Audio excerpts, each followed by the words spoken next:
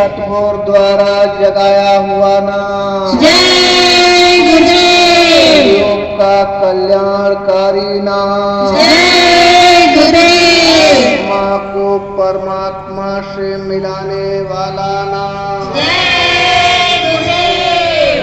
मुसीबतों से बचाने वाला नाम, जय गुरुदेव। ये नाम नहीं इंसान का, ये नाम है भगवान का, ये काम नहीं इंसान का, ये काम है भगवान का, ये खेल नहीं इंसान का, ये खेल है भगवान का।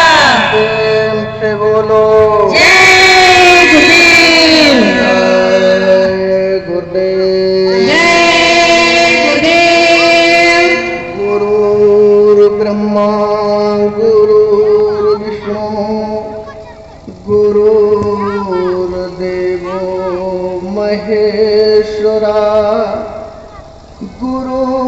गुरुर्साक्षात् परब्रह्म तस्मै श्री गुरुवे नमः।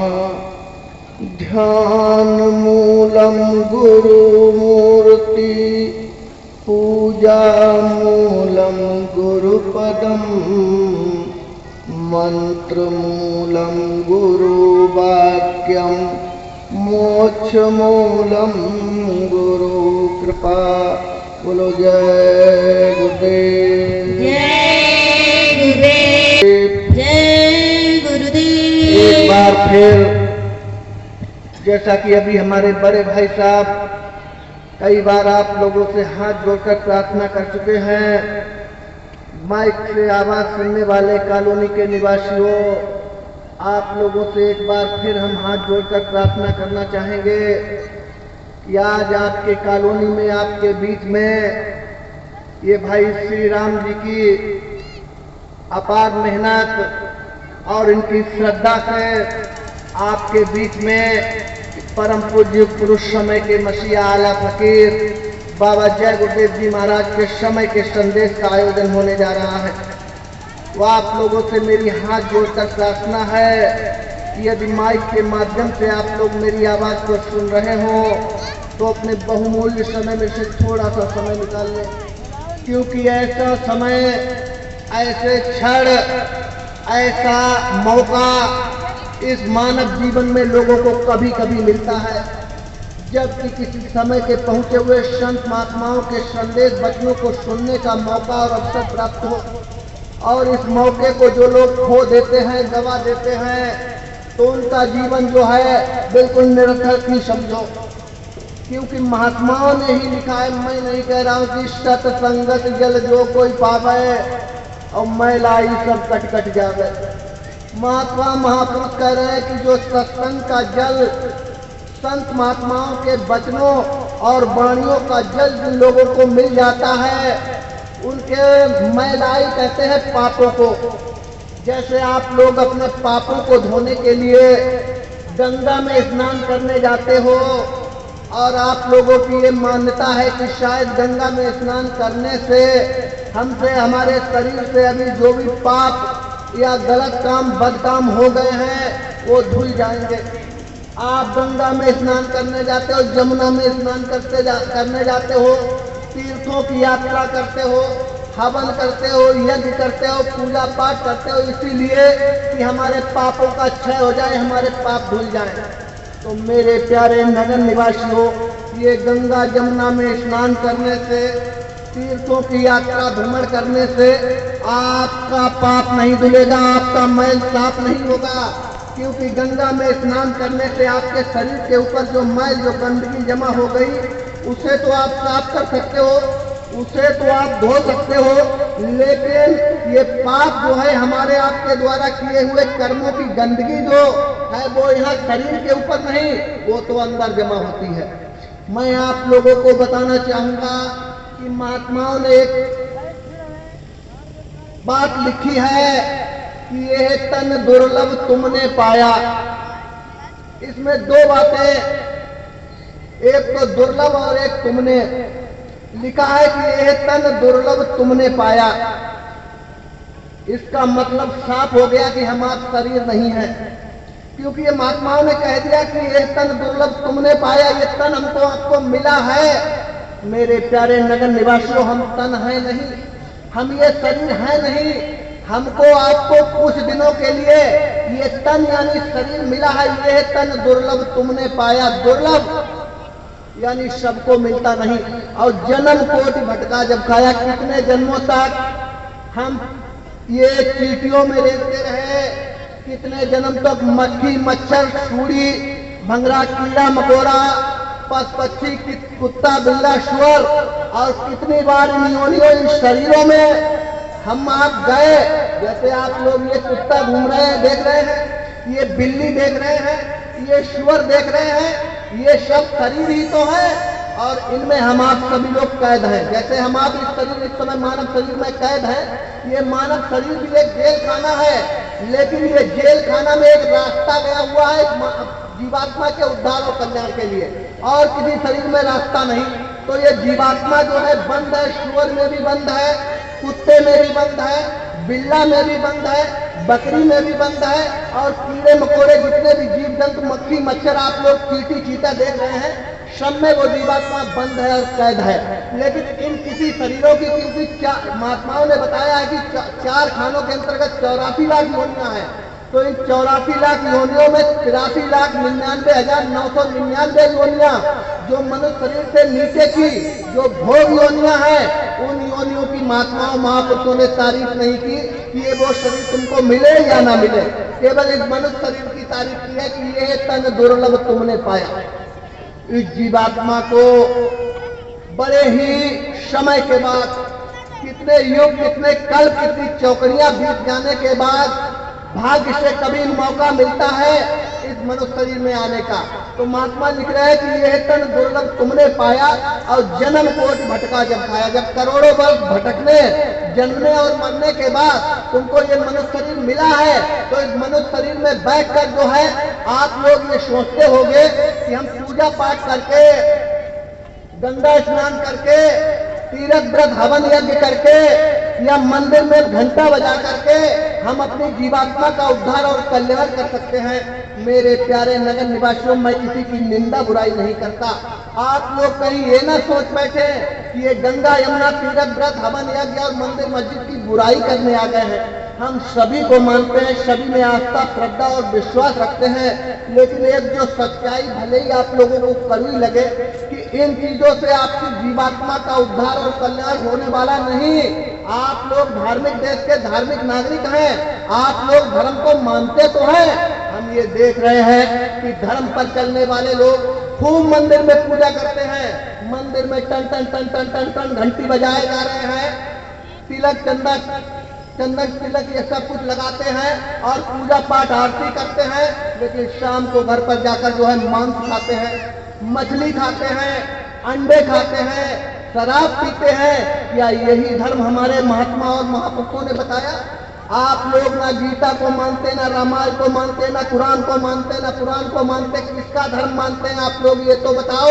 क्या रामायण, अखंड रामायण आप लोग अपने घर पे करवा रहे हैं? लोग मांस भी खा रहे हैं और अखंड रामायण भी करा रहे हैं।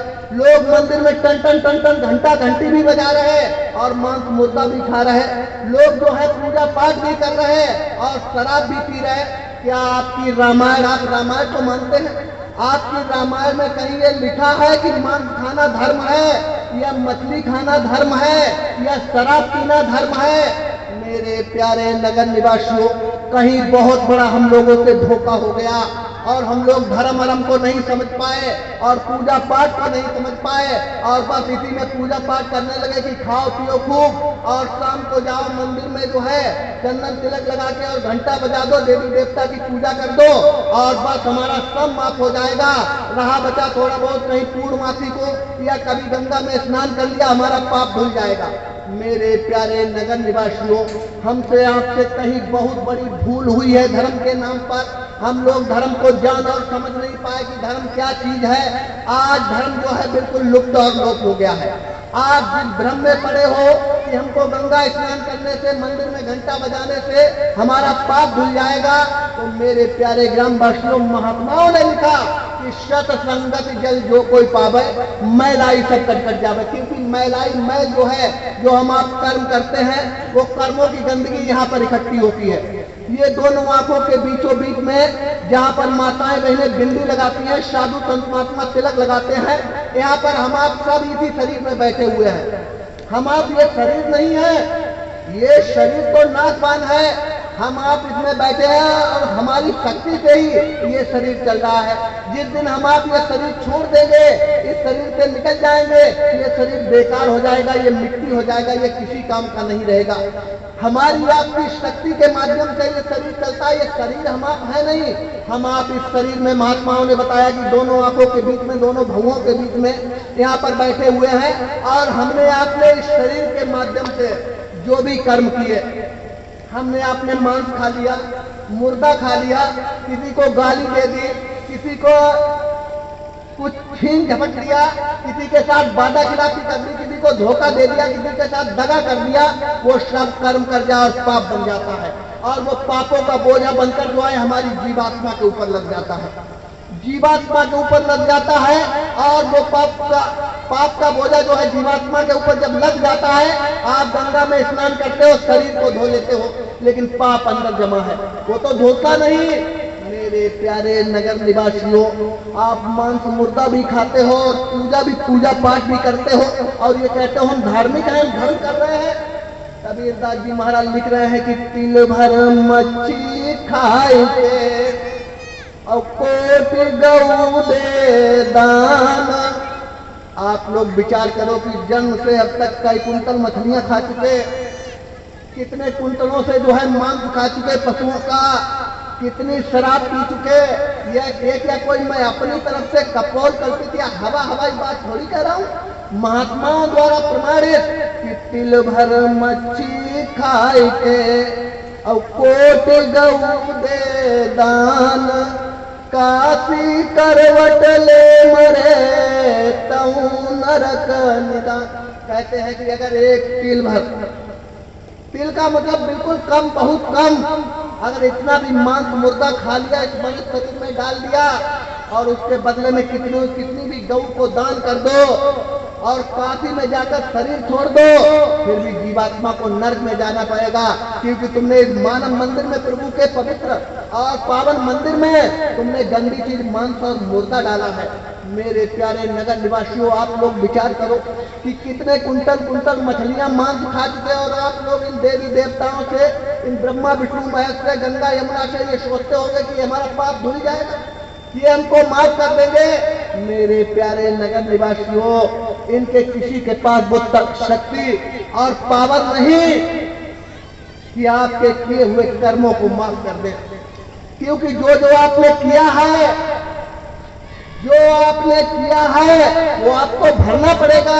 महात्माओं ने सारी बातें खोल के बता दी कि जो गल काटे और का अपना रहा कटाए, और साईं के दरबार में बदला कहूं न। आप अगर किसी की गर्दन काटोगे, आपको भी कटानी पड़ेगी। आप दूसरे का मांस खाओगे और दूसरे जन्म में आपको बना दिया जाएगा बकरा, आपको बना दिया जाएगा मुर्गा, आपको मछलियों के शरीर में डाल दिया जाएगा। तो मैं थोड़ी कह रहा हूँ, महात्मा कह रहे हैं कि जो गल काटे और का अपना रहा कटाए, और साईं के दरबार में एक बदला घूम जाए। मेरे प्यारे ग्रामवासियों, क्यों अपने आप अपने पैर में कुल्हाड़ी मार रहे हो? आप लोगों से कितने दिनों से, कितने समय से और ये प्रार्थना की जा रही है कि भाई हाथ जोड़कर विनय हमारी, हो जाओ सब शाकाहारी। आप लोग मानते ही नहीं, आप लोग समझते ही नहीं। मेरे प्यारे ग्रामवासियों, मैं आप लोगों को बताना चाहूंगा कि इस समय पर ऐसा समय, ऐसी घड़ी, ऐसा मुहूर्त लगा हुआ है। उस प्रभु की तरफ से, अनामी धाम से स्वयं महाप्रभु उतर कर आए हैं और उन्होंने ऐसा समय लगा दिया कि इस समय पर अगर आप लोग चाहें तो कितना भी पाप करके, कितना भी पाप किया हो आपने, कितने भी पाप कर्मों का बोझा आपकी जीवात्मा के ऊपर लदा हो, अगर आप लोग चाहें उनकी शरण में आ जाएं, उनसे माफी मांग ले और उनके हो जाएं तो महात्माओं को क्षमता होती है सारे पाप कर्मों को माफ करके और देखो आपकी जीवात्मा को उद्धार और कल्याण करने का। देखो एक दृष्टांत आता है, राजा जनक, ये नाम आप लोगों ने सुना होगा। ये जनकपुरी के बहुत बड़े सम्राट थे। आज जनकपुरी जो स्थान नेपाल में पहुंच गया है। बंटवारे में पहले तो ये सब हिंदुस्तान में था, लेकिन ये बंटवारे में नेपाल में पहुंच गया है। तो राजा जनक एक दिन सोते हैं और सोते वक्त उनको एक सपना होता है और स्वप्न में क्या देखते हैं कि मैं एक भिखारी और भीख मांग रहा हूं, भीख मांग रहा हूं मैं, और भीख मांगते मांगते कोई भीख भी नहीं दे रहा। जैसे तैसे थोड़े बहुत चावल मिले भीख में और थोड़ी सी दाल मिली, तो उन दाल और चावल को लेकर एक मिट्टी की हांडी मिल गई कहीं, और उस मिट्टी की हांडी में कहीं लकड़ी इकट्ठा करके जो है जंगल में ले जाकर वो मिट्टी की हांडी में दाल और चावल डालकर, और वो हांडी जो है कोई ईंट पीट ढूंढकर पत्थर और हांडी चढ़ाकर और लकड़ी जलाकर खिचड़ी की व्यवस्था की। देखो राजा जनक एक स्वप्न देख रहे हैं कि मैंने खिचड़ी की व्यवस्था की, क्योंकि कई दिनों से भूखा प्यासा, खाना नहीं मिला था, पेट में बहुत तेज की भूख। तो जैसे तैसे खिचड़ी की व्यवस्था की और वो खिचड़ी बन रही है। खिचड़ी बन रही है कि अचानक दो जंगली जानवर लड़ते हुए आए, जिन्हें सांड या बैल कहते हैं, और लड़ते वो बैल आए और दोनों जो है उसी हांडी से टकरा गए और हांडी जो है फूट गई, और उन्होंने जो खिचड़ी की व्यवस्था की थी वो अधरंधी ही पकी, वो सब फैल गई, तहस नहस हो गई। अब राजा जनक सोचने लगे कि कई दिन का भूखा प्यासा, देखो जैसे तैसे खिचड़ी की व्यवस्था हो पाई थी वो भी चली गई। अब राजा जनक रोने लगे और रोते इतना रोए कि सुबह को जब आंख खुली जब सुबह को उनकी आंख खुली तो देखा कि अरे ये तो मैं तो सपना देख रहा था, मैं तो राजा हूं, मेरे आदेश में तमाम नौकर चाकर, मेरे पास तो किसी चीज की कमी नहीं, मैं तो ये सपना देख रहा हूं। लेकिन पीछे से जब तकिया पर हाथ गया, जब राजा जनक का हाथ उनकी तकिया पर गया तो उन्होंने देखा तकिया बिल्कुल आंसुओं से भीग गई थी, गीली हो गई थी। राजा जनक ने सोचा कि मैं देख तो सपना रहा था, लेकिन आंसू तो मेरे वास्तव में निकले।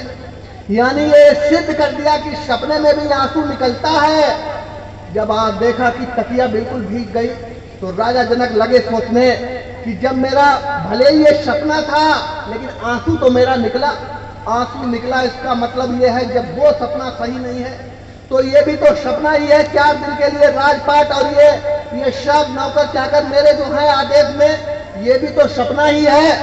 अब राजा जनक सोचने लगे कि मुझे सत्य का ज्ञान चाहिए, सत्य क्या ज्ञान चाहिए। और राजा जनक ने क्या काम किया, अपने राज्य में डुग्गी पिटवा दी, ढिढोरा पीट दिया गया पूरे हिंदुस्तान में कि राजा जनक जो है सत्य का ज्ञान चाहते हैं, और जो कोई ज्ञानी विद्वान आकर उनको सत्य का ज्ञान देगा उसको राजा जनक जो है अपना आधा राजपाट दे देंगे।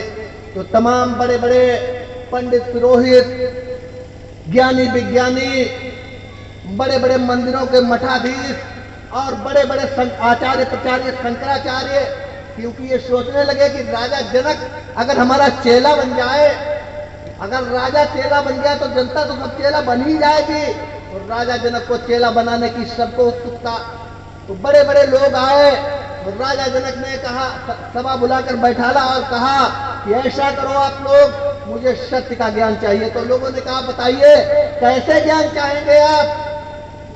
तो राजा जनक ने कहा, अपने सपने की बात बताई और कहा कि ये बताओ कि मैं जो सपना देख रहा था वो सत्य है या ये सत्य है। मेरी निगाह में तो ना वो सपना सत्य है ना ये सत्य है, ये तो सब असत्य है, क्योंकि ये राजपाट भी खत्म हो जाएगा, मैं जिस शरीर में हूँ ये शरीर भी खत्म हो जाएगा, कितने राजा रानी और कितने लोग मर गए चले गए, मैं भी चला जाऊंगा। ना ये सत्य ना वो सत्य। सत्य क्या है, जो सत्य है वो आप लोग मुझे बताओ। तो बड़े बड़े पंडित विद्वान और राजा की समस्या का हल नहीं कर सके। तो राजा ने क्या काम कर दिया कि जब अगर मेरे प्रश्नों का उत्तर नहीं मिलेगा और जब तक प्रश्नों का उत्तर नहीं मिलेगा तब तक जो आप लोग विद्वान हैं, वैज्ञानिक हैं, जो अपने अपने आप को पंडित पुरोहित कहते हैं, आप सभी लोग मेरी जेल में रहेंगे। और राजा ने अपने राज्य के बड़े बड़े विद्वानों को कोई तकलीफ नहीं दी, जेल में बंद कर दिया, उनके खाने पीने की अच्छी व्यवस्था, उनका सम्मान भी, लेकिन ये कहा कि जब तक मुझको सत्य का ज्ञान नहीं होगा तुम लोगों को छोड़ेंगे नहीं, जिस दिन मुझे कोई सत्य का ज्ञान करा देगा मैं छोड़। तो धीरे धीरे धीरे धीरे राजा के पास लोगों ने, बड़े बड़े जो आचार्य प्रचार्य शंकराचार्य विद्वान प्रकांड पंडित थे, उन्होंने आना बंद कर दिया कि राजा तो लोगों को जेल में बंद कर देता है, राजा कैसा आबला हो गया है, उसने ऐसा प्रश्न रख दिया, उसके प्रश्न का कोई उत्तर नहीं दे पा रहा है, और अगर उत्तर नहीं दे पा रहा है तो राजा उसको जेल में डाल दे रहा है। सब जेल में तो लोगों ने धीरे धीरे आना बंद कर दिया। धीरे धीरे धीरे धीरे धीरे धीरे 10-12 वर्ष बीत गए, 12-14 वर्ष बीत गए, क्योंकि राजा ने काफी लोगों को जेल में बंद कर दिया था और अब लोगों ने आना भी बंद कर दिया था। 10-12 साल हो गए, कोई आया ही नहीं। एक दिन अष्टावक्र, जिनका पूरा नाम था अष्टवक्राचार्य, जिनके पिता एक ऋषि थे, वो भी राजा जनक को ज्ञान देने के लिए गए थे, लेकिन ज्ञान नहीं दे पाए सत्य का, और राजा जनक ने उनको भी जेल में डाल दिया। एक दिन अपने साथी बच्चों के साथ जंगल में खेल रहे थे, तो वह बड़ी बड़ी बातें करने लगे। तो साथी बच्चों ने कह दिया, इतने ही ज्ञानी विज्ञानी हो, इतने ही अगर बुद्धिमान हो, तो अपने पिता को राजा जनक की जेल से क्यों नहीं छुड़ा लाते? तुम्हारे पिता को राजा जनक ने अपनी जेल में बंद कर लिया, उनको क्यों नहीं वापस ले आते? अब अष्टावक्र को यह बात पता भी नहीं थी कि मेरे पिता जो हैं और राजा जनक की जेल में बंद है। अष्टावक्र जब वापस अपने घर पे आते हैं, 12-13 साल की उम्र, 12-13 साल की उम्र, माँ से पूछा कि माँ मेरे पिता कहाँ हैं? तो पहले तो माँ ने टाल मटोल किया, लेकिन जब जिद किया तब बताया कि तेरे पिता जो हैं राजा जनक के प्रश्नों का उत्तर देने गए थे और वो उत्तर नहीं दे पाए, तो बड़े बड़े राजा, बड़े बड़े विद्वान पंडित प्रकांड विद्वान राजा जनक ने अपनी जेल में बंद कर लिए, और तेरे पिता भी उन्हीं की जेल में बंद है। तो अष्टावक्र कहने लगे कि माँ, मैं राजा जनक के प्रश्नों का उत्तर दूंगा और मैं अपने पिता की जेल जो है राजा जनक से छुड़ाऊं। माँ कहने लगी, बेटा अरे तू मत जा, अरे बड़े बड़े विद्वान, बड़े बड़े पंडित पुरोहित, बड़े बड़े ऋषि मुनि योगी योगेश्वर जो हैं उस राजा ने अपनी कैद में डाल दिए और तुझको भी कैद, तुझको भी जेल हो जाएगी, तू मत जा। लेकिन अष्टावक्र नहीं माने, कहा माँ मुझे आशीर्वाद दो और मैं जाऊंगा, अपने पिता को वापस लेके आऊंगा। जब जिद किया, नहीं माना, तो माँ ने कहा जाओ, आशीर्वाद दे दिया कि अच्छा जाओ। अष्टावक्र ने सूचना भेज दी राजा जनक के लिए कि राजा जनक तैयार हो जाओ, तुम्हारे प्रश्नों का उत्तर देने के लिए कोई आ रहा है। जब राजा जनक ने ये बात सुनी तो बहुत खुश हुए कि 10-12 साल के बाद में, 12-14 साल के बाद में और कोई है मेरे प्रश्नों का उत्तर देने आया है। तो राजा जनक ने पूरे अपने जनकपुरी को सजाया और राजमहलों में जो है सारे मंत्रियों सेनापतियों की एक सत्संग सभा बुलाई और जितने भी ऋषि मुनि योगी योगेश्वर उन्होंने जेल में डाल दिए थे, सबको निकालकर उसी सत्संग सभा में बैठाया और जो है 2 मंच सोने के, एक पे राजा, और राजा ने एक शर्त रखी थी कि जो मेरे प्रश्नों का उत्तर देगा वो इस दूसरे मंच पर बैठेगा। 2 मंच लगवाए और सारी बड़ी जो है शानो शौकत से राजा ने वो सत्संग सभा बुलवाई और जो समय दिया था अष्टावक्र ने कि मैं आ रहा हूँ, तो सभी लोग बैठे हैं, बड़े बड़े विद्वान। उसी समय पर जब अष्टावक्र आते हैं तो तमाम लोग कह रहे हैं कि कोई आया नहीं, अरे कोई आया नहीं राजा के प्रश्नों का उत्तर देने के लिए। तब तक कुछ लोग कहने लगे यही है। अष्टावक्र जो थे 8 जगह से टेढ़े मेढ़े और कुबड़े शरीर के थे, छोटी सी उम्र 12-13 साल की उम्र, और 8-10 जगह से टेढ़े मेढ़े कुबड़े। जब जाकर लुढ़कते पुढ़कते हुए जाकर वो सिंहासन पर बैठ गए तो तमाम बैठे हुए ऋषि मुनि योगी योगेश्वर जो है उनको देखकर हंसने लगे कि ये कैसा पागल आ गया, इसने राजा जनक को भी पागल कर दिया। बताओ, इतना खर्चा करा दिया राजा जनक का, कितनी बड़ी राजा जनक ने व्यवस्था कर दी, और ये क्या राजा के प्रश्नों का उत्तर देगा।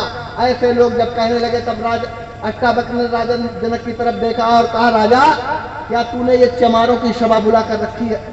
तूने ये चमारों की सभा बुला कर रखी है? राजा जनक कहने लगे, हाथ जोड़ा और कहा, महाराज ये मेरे देश, मेरे राज्य के बड़े बड़े विद्वान देवता हैं, आप इनको चमार क्यों कहते हैं? ये साधारण लोग नहीं। मैंने इन्हें भले ही जेल में डाल दिया है, लेकिन मैं इनका अपमान नहीं करता। जेल में इनके रहने खाने की पूरी व्यवस्था है मेरी, और इनका सम्मान करता हूँ। ये मेरे राज्य के विद्वान देवता हैं, तुमने इनको चमार कह दिया। तो अष्टावक्र कहने लगे, राजा जनक, ये सब चमार ही है। और परिभाषा बनाने लगे चमारों की कि चतुराई चूल्हे चढ़े और भट्टी चढ़े अचार, कबीरा गुरु की भक्त बिन चारों वर्ण चमार। का जैसे ये शरीर है, इस शरीर का आप ऑपरेशन कर दो, इस शरीर को फाड़ दो, और फाड़ने के बाद इस शरीर में देखो क्या है। इस शरीर में हड्डी है, इस शरीर में मांस है, इस शरीर में खून है, इस शरीर में टट्टी और पेशाब, कूड़ा कचरा, सब गंदगी भरी हुई है। ऊपर से चमड़ी लगा दी है इस शरीर में, केवल चमड़ी लगा दी शोभा के लिए। बाकी ये शरीर में ये सब गंदगी भरी पड़ी, हाड़ मांस का शरीर, और इसमें टट्टी पेशाब कूड़ा कचरा, तो सब ज्ञान के बिना ये शरीर चमार ही है। अष्टावक्र ने समझाया राजा को कि ये ज्ञान के बिना ये शरीर जो है चमार ही है। राजा जनक समझ गए कि ये कोई वास्तव में पहुंचे हुए दैवीय महापुरुष है। हाथ जोड़कर प्रणाम करने लगे और कहने लगे, महाराज, मैंने आपको गुरु बना लिया, मैं आपसे संतुष्ट हूँ। आपने बहुत ऊंची बात कही है, आपने बहुत बड़ी बात कही है, मैं आपसे संतुष्ट हूँ, मैं आपको गुरु मानता हूँ। अब आप मुझे ज्ञान दीजिए, अब आप मुझे ज्ञान दीजिए। तो अष्टावक्र कहने लगे कि ज्ञान तो मैं दूंगा तुमको, लेकिन पहले मेरी कुछ शर्त है, मेरी कुछ शर्त है। तो राजा जनक कहने लगे कि जब मैं आपका चेला बन गया, मैंने आपको अपना गुरु ही बना लिया, तो आप जो कुछ कहेंगे मैं मानूंगा, आपके किसी भी आदेश का उल्लंघन मैं नहीं करूंगा। आप मेरे गुरु हैं, मैं आपका शिष्य हूं। तो महात्मा महापुरुष देखो, जो जन्मों जन्मों के कर्म जमा हैं आपके जीवात्मा के ऊपर, कितने कुंतल मछली खाकर, कितने कुंतल मांस खाकर, लोगों को धोखा देकर, लोगों से वादा खुलाफी करके, झूठ बोल के, छलकपट करके और तमाम दुनियादारी करके जो पापों का बोझा आपने अपनी जीवात्मा पर लादा है, वो संत महात्मा कैसे दूर करते हैं जानते हैं आप लोग? तो अष्टावक्र जी कहने लगे कि राजा एक डलिया मंगाओ, बहुत बड़ी डलिया का मतलब जिसमें सामान आमान रखा जाता है, वो जो लकड़ी की डलिया होती है। तो एक बहुत बड़ी डलिया मंगाई गई। अब राजा से कहा, तुम सिंहासन से उतरो और ये राष्ट्रीय वस्त्र उतार कर जो है ये सब सिंहासन पर रख दो, और जितने भी इस सभा में लोग ये बैठे हैं, चाहे तुम्हारे नौकर हो चाहे मंत्री हो, इन सबके ये जो जूते चप्पल पड़े हुए हैं, इन जूते चप्पलों को जो है अपने हाथों से उठाकर और इस डलिया में रखो। मेरे प्यारे नगर निवासियों, एक राजा के लिए ये बहुत बड़ी बात, जिस राजा की सेवा में पूरा राज्य, तमाम नौकर चाकर, आप एक सेठ साहूकार अगर हो और आपके घर में जो नौकर चाकर हैं उनके जूते चप्पल उठाने के लिए अगर आपसे कह दिया जाए तो आप विचार करो आप पर क्या गुजरेगी। लेकिन राजा जनक जरा भी नहीं सकुचाए, क्योंकि वो ये जान गए थे ये ज्ञानी महापुरुष है और इन्हीं से हमको सत्य का ज्ञान मिलेगा। बिल्कुल नहीं सकता है। और जाकर वो डलिया में रखकर, और जितने भी लोगों के जूता चप्पल थे, चाहे उनके नौकरों के हों, चाहे मंत्रियों के हों, चाहे उन लोगों के जो बैठे थे सत्संग सभा में, सबके जूता चप्पल जो थे उस डलिया में उठाकर अपने हाथों से रखे। सबके, नौकरों के लिए तो कुछ नहीं, नौकर तो मालिक के जूता उठाते ही हैं, लेकिन देखो आज एक राजा और सारे नौकरों के जूते चप्पल को इकट्ठा करके उस डलिया में भर रहा है। जब डलिया में भर गए तो अष्टावक्र कहने लगे, राजा जनक, इस डलिया को उठाकर अपने सर पर रखो। तो देखो राजा जनक बिल्कुल भी नहीं सकुचाए, बिल्कुल भी नहीं घबराए, और गुरु के आदेश को समझकर हम लोग तो ये सोचने लगे कि कैसा ये पागल आ गया, इसने हमारे राजा को भी पागल बना दिया, ये क्या ज्ञान देगा, ये क्या करवा रहा है राजा से। लेकिन राजा जनक जरा भी नहीं शर्माए, जरा भी नहीं सच्चाए और घबराए, तुरंत ही उस डलिया को उठाकर लोगों से कहा कि उनकी राजा कहा इस डलिया को उठवाओ भाई और हमारे सर पर रखवाओ। तो राजा का आदेश उल्लंघन कौन करे। सारे लोग पहुंच गए और राजा वो डलिया को उठाकर जो है राजा के सर पर रखवाया गया। अब राजा से कहा कि राजा तुम अपने पूरे राज्य में घूमो इस डलिया को सर पे रख के। देखो जो राजा कभी घोड़ा पर बैठकर और रथ पर बैठकर अपने राज्य में घूमते थे, उस राजा के लिए ये आदेश कि अपने नौकरों के जूता चप्पल जो है एक डलिया में रखकर और डलिया सर पर रखकर और पैदल ही नंगे पांव अपने राज्य का भ्रमण करो।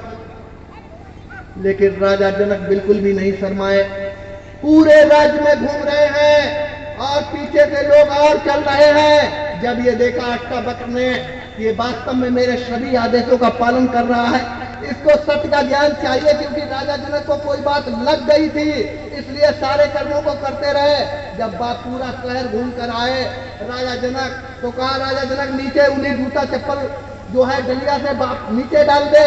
डलिया से नीचे डालेगा, उन्हीं जूता चप्पल में बैठ जा। बैठ गए राजा जनक उन्हीं जूता चप्पल में। देखो उनके राज्य के लोग जो कुर्सियां लगी है उन पर बैठे हुए हैं, अच्छी जगह बैठे हुए हैं, लेकिन राजा जनक उसी जूता चप्पल में बैठ गए। कहा राजा जनक आंख बंद कर ले। आंख बंद की। कहा ये बताओ कि तुम्हें सत्य का ज्ञान चाहिए। कहा गुरु मुझे सत्य का ज्ञान चाहिए। कहा ज्ञान लेने के लिए गुरु की कुछ गुरुदक्षिणा भी होती है। तो राजा जनक कहने लगे आप जो चाहोगे मैं दूंगा। अष्टावक्र ने त्रिवाचा करा लिया। पहले कुछ नियम होता था कि चुल्लू में पानी लेकर और 3 बार लोग कहते थे कि जो मांगोगे वही दूंगा, जो मांगोगे वही दूंगा। त्रिवाचा हो जाता था, संकल्प ले लेते थे लोग, फिर दे दिया करते थे। तो राजा जनक से जब त्रिवाचा कराया गया तो राजा जनक से अष्टावक्र जी कह रहे हैं, अष्टावक्र सोने के सिंहासन पर बैठे हैं, सामने अच्छी जगह सत्संग सभा लगी हुई है और राजा जनक जो राजा सबके राजा वो जूते और चप्पलों में बैठे हुए हैं। तो अष्टावक्र कहने लगे कि राजा तेरा राजपाट यानी राजपाट की बात खत्म करो। तेरे हाथ में तेरे पास में तेरा तन मन धन जो कुछ भी है तू आज सब कुछ मुझे अपनी गुरुदक्षिणा में दे दे। और तूने त्रिवाचा किया है, तूने संकल्प लिया है कि आप जो गुरुदक्षिणा में मांगेंगे मैं आपको दूंगा। तो राजा जनक सोचने लगे कि मैंने त्रिवाचा कर दिया है तो मुझे देना ही पड़ेगा। तो कहा महाराज राजपाट भी आपका, रानियां भी आपकी, ये तन भी आपका और मन भी आपका। तो अष्टावक्र कहने लगे बंद कर ले आंखें, आंखें बंद कर ले। और राजा जनक ने आंख बंद की। तो राजा जनक से कहने लगे अष्टावक्र कि तेरा ध्यान जो है महलों में नहीं जाना चाहिए, क्योंकि महल और राज्य पर अब तेरा कोई अधिकार नहीं, तू मुझको दे चुका है। तो राजा जनक का मन पहले कहीं रानियों में जाता है, लेकिन विचार करते हैं कि मैं तो ऋषियों को ये रानियां दे चुका हूँ, इन रानियों पर मेरा कोई अधिकार नहीं। तो मन को रोक लेते, कहीं महलों में जाता है, राजपाट में जाता है, लेकिन विचार करते हैं कि मैं तो सब कुछ ऋषि को दे चुका हूँ, इसलिए मेरा इन पर कोई अधिकार नहीं। तो धीरे धीरे मन इधर भागता भागता एकदम शांत हो जाता है। जब शांत हो जाता है राजा जनक का मन, तो अष्टावक्र महाराज जो है दया कर देते हैं, दया कर देते हैं राजा जनक के ऊपर। और जब दया कर देते हैं तो जन्मों जन्मों के कर्मों की गंदगी जो है अष्टावक्र जी जो है अपनी योग शक्ति थोड़ी सी छोड़ते हैं, तो जन्मों जन्मों की कर्मों की गंदगी जो जीवात्मा के ऊपर लगकर पहाड़ जैसी लग गई थी, वो योग रूपी अग्नि से जो है एकदम जला देते हैं। जब जला देते हैं और जब कर्मों की गंदगी जीवात्मा के ऊपर जल गई, जो जीवात्मा के ऊपर लगी थी वो राजा जनक की जल गई, खत्म हो गई। तो देखो जीवात्मा जो है होश में आ जाती है, जाग जाते कि जीवात्मा जो है हमारी आपकी ये कर्मों की गंदगी से ही तो दबी पड़ी है, यही तो इसीलिए तो बेहोश पड़ी है, इसे अपना होश नहीं। अगर ये गंदगी हट जाए, महात्माओं ने लिखा कि सत्संगत जल जो कोई पावे मैलाई सब कट जावे, यही मैलाई अंदर की सत्संग में जाने से कटती है। तो अष्टावक्र जी महाराज ने थोड़ी सी दया की योग रूपी अग्नि से, जब वो मैलाई खत्म हुई तो राजा जनक की जीवात्मा जाग गई। और जब जीवात्मा जाग गई तो उसकी आंख खुल गई। जैसे शरीर में 2 आंखें उसी प्रकार जीवात्मा में 1 आंख, शरीर में 2 कान उसी प्रकार जीवात्मा में 1 कान, शरीर में ये नाक है उसी प्रकार जीवात्मा में भी नाक है। जब जीवात्मा होश में आ गई तो उसकी आंख खुल गई, कान खुल गए और नाक भी सूंघने का काम करने लगी। तो राजा की जीवात्मा जब जगी तो यहाँ पर तो जीवात्मा बैठी हुई है और ये जीवात्मा का घाट है, जैसे गंगा जी में स्नान करने लोग जाते हैं तो घाट होता है, कहीं कहते हैं ये घाट है, यही घाट पर बैठकर घाट के नीचे स्नान कर लो। मनुष्य शरीर को जो है घाट से नीचे उतार कर स्नान कराते हैं, उसी प्रकार जीवात्मा का घाट ये है। बिल्कुल घाट पर बैठी है मनुष्य शरीर के नाके और दरवाजे पर। ये केवल होश में आ जाए, जब राजा जनक की जीवात्मा होश में आ गई, जाग गई, तो ये दरवाजे पर तो बैठी हुई है घाट पर, एकदम इधर से निकल गई। क्योंकि वो शब्द, वो आवाज जो भगवान के यहाँ से साउंड बाजा 24 घंटे बज रहे हैं। महात्माओं ने लिखा है कुदरती काबे की तुम मेहराब को सुन गौर से, आ रही धुर से सदा तुझको बुलाने के लिए। वो 24 घंटे अखंड आवाज प्रभु के यहाँ से जीवात्मा के पास तक आ रही है कि मुझको पकड़ लो और मुझको पकड़कर जो है अपने घर अपने देश वापस चली आओ, चढ़ाओ। लेकिन हमारी आपकी जीवात्मा के ऊपर जो कर्मों की गंदगी लदी है, यही बीच में रेजिस्टेंस बनकर खड़ी हो गई। इसी के लिए इसे कुछ सुनाई नहीं दे रहा है। जब जीवात्मा के ऊपर की गंदगी साफ हुई राजा जनक की, तो वो शब्द आवाज सुनाई देने लगा। और जब आवाज सुनाई देने लगी तो राजा की जीवात्मा ने उसी आवाज को पकड़ लिया और आवाज को पकड़कर चढ़ने लगी। तो यहाँ से निकलकर ये सीधे शरीर, तो देखो ये पंच भौतिक शरीर यहीं रह गया। ये 5 तत्वों का जल, वायु, अग्नि, पृथ्वी और आकाश, ये 5 तत्वों का शरीर ये तो यहीं बैठा है। सारे बड़े बड़े विद्वान बैठे हुए हैं, अष्टावक्र जी भी बैठे हुए हैं, और राजा का शरीर जूते चप्पल में ऐसे बैठा हुआ है। और ये जीवात्मा जो है राजा जनक की यहाँ से निकल जाती है, उस शब्द को पकड़ लेती है, निकल गई। अब राजा जनक का शरीर रह गया। अष्टावक्र जी महाराज कह रहे हैं उन बड़े बड़े विद्वानों और पंडितों से कि राजा को बुलाओ, चलाओ, उठाओ। लोग उठकर गए, राजा को हिलाया डुलाया, बुलाने चलाने का प्रयास किया, लेकिन राजा के शरीर से जीवात्मा निकल गई थी। कहा अभी से यही बैठा रहने दो। और राजा की जीवात्मा यहाँ से निकलकर सफर करती हुई, सैर करती हुई, जैसे हम लोग कहीं सैर करने के लिए जाते हैं। हम लोगों के दिमाग में कभी घर में रहने से मन ऊब जाता है, तो कहते हैं चलो दिल्ली घूम आए, बंबई घूम आए, या कहीं विदेश में बड़े बड़े लोग, अच्छे अच्छे पूंजीपति, उद्योगपति जो हैं, Canada, Dubai, America, London, Japan, Australia, ये घूमने के लिए चले जाते हैं। तो घूमने के लिए लोग निकल जाते हैं, और घूमने के बाद में जब उनका मन जो है ठीक हो जाता है, खूब अच्छा लगने लगता है, तब फिर अपने घर वापस आ जाते हैं। लेकिन ये तो नकली शरीर से लोग जाते हैं नकली दुनिया को घूमने के लिए। ये शरीर नकली है, ये फना है, ये एक दिन खत्म हो जाएगा, ये एक दिन मुट्ठी भर राख और मिट्टी बन जाएगा। और इसी प्रकार ये दुनिया भी नकली है। ये बड़े बड़े महल, गाड़ी, घोड़ा, कोठी, बंगला आप लोग देख रहे हो, ये एक ना एक दिन सब फना हो जाएंगे, सब धुआं हो जाएंगे। इन चरम आंखों से जो भी आप लोग देख रहे हो, ये सब नकल है, इसमें असल कुछ है ही नहीं। महात्माओं ने लिखा है कि गोचर जहां तक मन जाई, तो सब माया जानो भाई। ये निगाहें, ये मन आपका दिल्ली, मुंबई, विदेशों में जहां तक पहुंच रहा है, समझो ये सब माया का पथारा है। गोचर जहां तक मन जाई, सो सब माया जानो भाई। वो मेरे प्यारे नगर निवासियों, जिस प्रकार हम लोग शरीर से टहलने और घूमने के लिए, निकलने के लिए जाते हैं, सैर करने के लिए, उसी प्रकार ये तन दुर्लभ तुमने पाया, महात्माओं ने लिखा है। तो ये तन अगर आपको मिल गया, तो इस तन के माध्यम से आप लोग अपनी जीवात्मा को सैर करा सकते हैं। कैसे? जैसे राजा जनक की जीवात्मा ने सैर की। अब राजा जनक की जीवात्मा जो है यहाँ से निकलकर और पहुंचती है स्वर्ग लोक। देखो ये शरीर तो यहीं रह गया, लेकिन जीवात्मा के ऊपर अभी और शरीर है, 17 तत्वों का शरीर, 17 तत्वों का खोल और है जीवात्मा के ऊपर। क्योंकि स्वर्ग लोक में जब पहुंची, तब इसके ऊपर 17 तत्व, इसके साथ 10 इंद्रियां लगी रही। जो इंद्रियां हमारे अंदर हैं, वो इंद्रियां भी साथ में गई जीवात्मा के। ये शरीर केवल यहाँ छूटा, जीवात्मा के साथ में 10 इंद्रियां गई, 3 गुण गए, रजोगुण, तमोगुण और सतोगुण, और मन, बुद्ध, चित्त, अहंकार। ये 17 चीजें, ये 17 चीजों का खोल जो है जीवात्मा के साथ में गया। और जब पहुंची स्वर्ग लोक में राजा जनक की जीवात्मा, तो देखा स्वर्ग और बैकुंठ, बहुत बड़ा स्वर्ग और बैकुंठ। आपका ये लखनऊ क्या देखने में सुंदर लगता है, ये लखनऊ तो बिल्कुल कूड़ा और कचरा लगता है।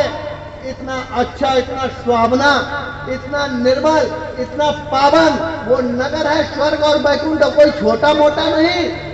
ये जितना आप लोग व्रत लोग देख रहे हैं, ये चीन, Japan, Holland, Poland, America, Canada, Japan, रूस, जितने विश्व के देश हैं, ये देश तो सब बताया कि ये सब दुनिया, पूरी दुनिया एक बूंद का पसारा है, एक बूंद का पसारा है, केवल एक बूंद का असली समुद्र को उधरा है। और जब निकलते हैं यहाँ से तो इस मृत लोक से कई गुना बड़ा, कई योजन बड़ा स्वर्ग लोक, जहाँ पर जीवात्मा पहुंचती है 17 तत्वों के खोल में। तो स्वर्ग का जब नजारा देखा तो बड़े बड़े महल, बड़ी बड़ी कोठियां बनी हुई हैं, बड़े बड़े सुंदर शरीरों में देवी और देवता स्वर्ग और बैकुंठ में निवास कर रहे हैं, आनंद ले रहे हैं। लेकिन वहां कोई खाने पीने की व्यवस्था नहीं करना। जैसे यहाँ मृत लोक में रहोगे तो कमाओगे नहीं तो खाओगे क्या। यहाँ कपड़ा पहनने के लिए कपड़ों की व्यवस्था करनी है आपको, यहाँ रहने के लिए मकान बनाना है आपको, यहाँ पेट भरने के लिए भोजन की व्यवस्था करनी है आपको, यहाँ पर तो सारी व्यवस्था करनी है आपको। लेकिन स्वर्ग लोक में जब जीवात्मा राजा जनक की पहुंची तो उन्होंने देखा किसी चीज की व्यवस्था करने की जरूरत नहीं। बड़े बड़े सुंदर आलीशान, इतने मनमोहक महल बने हुए हैं और बहुत बड़ा स्वर्ग और बैकुंठ, और वहां पर जो है अमृत की बात, खुशबू।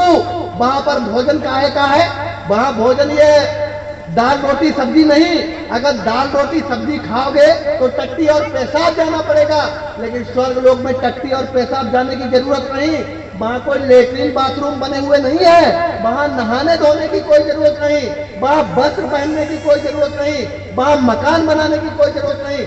वहां तो सुगंधी का भोजन है। जैसे यहाँ कोई अगर बढ़िया सा इत्र, बढ़िया सी सुगंध लगा के आ जाए और उस सुगंध की इतनी अच्छी खुशबू हो कि खुशबू सब लोगों को मनमोहक करने लगे। अरे यहाँ की खुशबू में तो कोई खुशबू नहीं, कोई दम नहीं।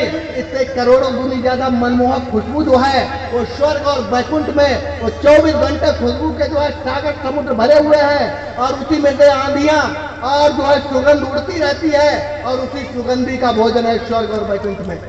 सुगंधी का भोजन है। जीवात्माएं जो है नाक से सुगंधी का भोजन करती हैं। ये शरीर, पंचभौतिक शरीर तो यही रह जाता है, टट्टी पेशाब वाला, हाड़ मांस वाला, मलमूत्र वाला। जीवात्मा 17 तत्वों के खोल में पहुंचती है और स्वर्ग बैकुंठ का आनंद लेती है। स्वर्ग बैकुंठ का आनंद लेती है। इतना अच्छा लगता है स्वर्ग और बैकुंठ कि जीवात्मा तो वहीं रुक जाए, लेकिन गुरु जब साथ में होते हैं तो वहां रुकने नहीं देते, कहते शब्द पकड़ो और आगे चलो। तो उससे आगे और जब पहुंचे स्वर्ग और बैकुंठ को पार करके तो ब्रह्मा का ब्रह्मलोक, बहुत बड़ी ब्रह्मपुरी बनी हुई है, जहां पर ब्रह्मा जी अपनी सावित्री और गायत्री के साथ रहते हैं। मेरे प्यारे नगर निवासियों, ये सभी चीजें आप लोगों ने सुनी होगी। अगर आप लोग चाहो, इस समय पर ऐसा समय, ऐसा मौका, ऐसा अवसर है कि जीते जी इन सभी चीजों को अपनी आंखों से देख सकते हो।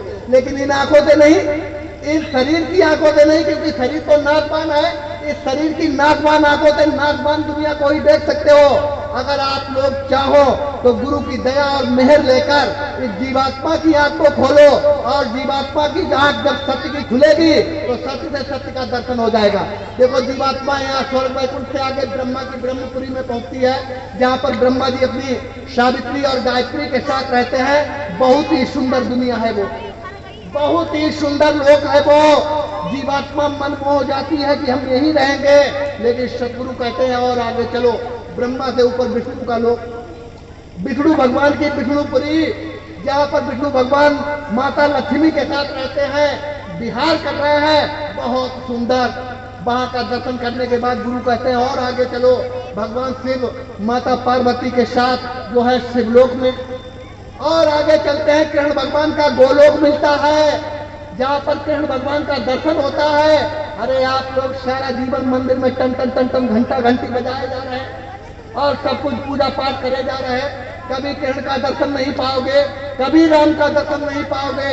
लेकिन अगर सच्चाई और अच्छाई, अगर महात्माओं की वाणी वचनों को, अगर सच्चाई के रास्ते पर चल पड़ो और महात्मा द्वारा बताए हुए रास्ते पर चल पड़ो और जीवात्मा को जगा लो, तो इसी शरीर के रहते हुए जीते जी आप यहाँ से निकलकर देखो देवी देवताओं के दर्शन करो, उसके बाद में ब्रह्मा के दर्शन करो, विष्णु के दर्शन करो, शंकर के दर्शन करो, उसके बाद में कृष्ण भगवान के दर्शन करो, आगे और राम का साकेत लोक है उसका दर्शन करो, और उसके आगे जो है माया का लोक, माया का लोक।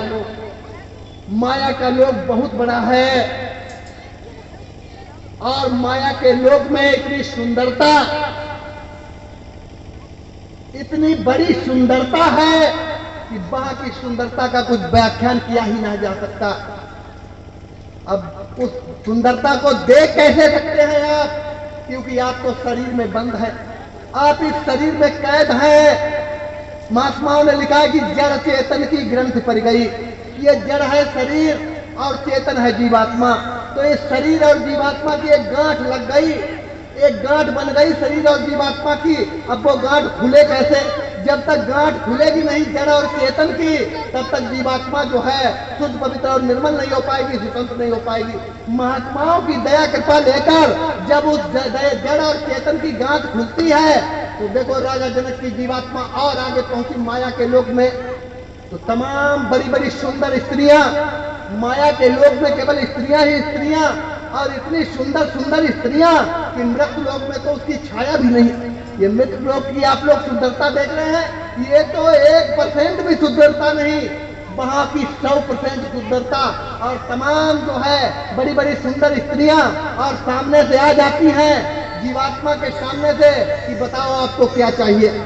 आप उधर ना जाओ, आप उधर मत जाओ, आप यहीं पर रुक जाओ। आपको जो चाहिए, आपको राजमहल चाहिए, आपको हमने से कौन सी स्त्री पसंद है, आप अगर चाहो तो सबको ले लो। आपको राजा बनना हो राजा बना देंगे, आपको प्रधानमंत्री बनना है, राष्ट्रपति बनना है, जो चाहिए है आप बताओ, आप मुंह से बोलो, आपको सब कुछ दे देंगे। लेकिन आप उधर जाने का प्रयास ना करो। छोड़त ग्रंथ देख खगराया, गोस्वामी जी महाराज लिख रहे हैं कि छोड़त ग्रंथ देख खगराया और विघ्न अनेक करे तब माया।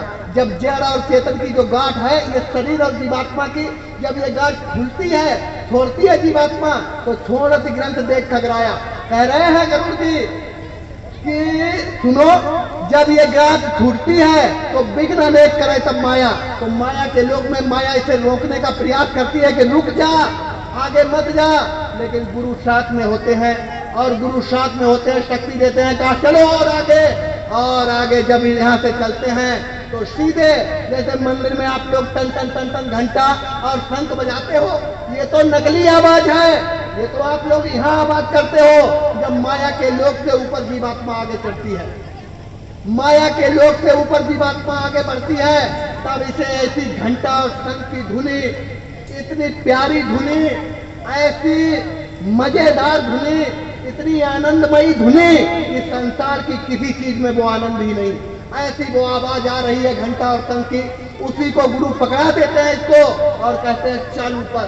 और जब और आगे इन सारे खोलों को पार करके देखो जीवात्मा कितने खोलों में कैद है, कितने फाटक लगा दिया इसके लिए। गुरु महाराज ने कहा फंसे तुम गाढ़े बंधनान, तुम कोई छोटे मोटे बंधनों में नहीं फंसे हो, तुमको उस काल ने अपने जाल में ऐसे जकड़ के रखा है कि तुम अपने बलबूते, अपनी बुद्धि से, अपने ज्ञान से किसी भी प्रकार निकल ही नहीं सकते हो। वो तो अगर समय के महापुरुष, समय के गुरु आपको मिल जाए और सहारा दे दे, दया कर दे, तब तो आप अपनी जीवात्मा का कल्याण कर सकते हो, वैसे नहीं। तो देखो यहाँ से जब जीवात्मा उस घंटे और शंख की आवाज को पकड़कर और चढ़ती है ऊपर, और जहां पर पहुंचती है, जब गोस्वामी जी महाराज की जीवात्मा वहां पर पहुंची, तो देखो गोस्वामी जी महाराज लिख रहे हैं कि मुंदे नयन त्रिसतिमय भयऊ और पुण्य चितवत कौशलपुर गयऊ। कहा मैंने बाहर की दोनों आंखें बंद की और अंदर की आंख, अंदर की आंख मतलब जीवात्मा की आंख, ये शरीर तो यही रह गया। कह रहे हैं पुण्य चितवत कौशलपुर गए। कौशलपुर आप ये राम बाला मत समझ लेना,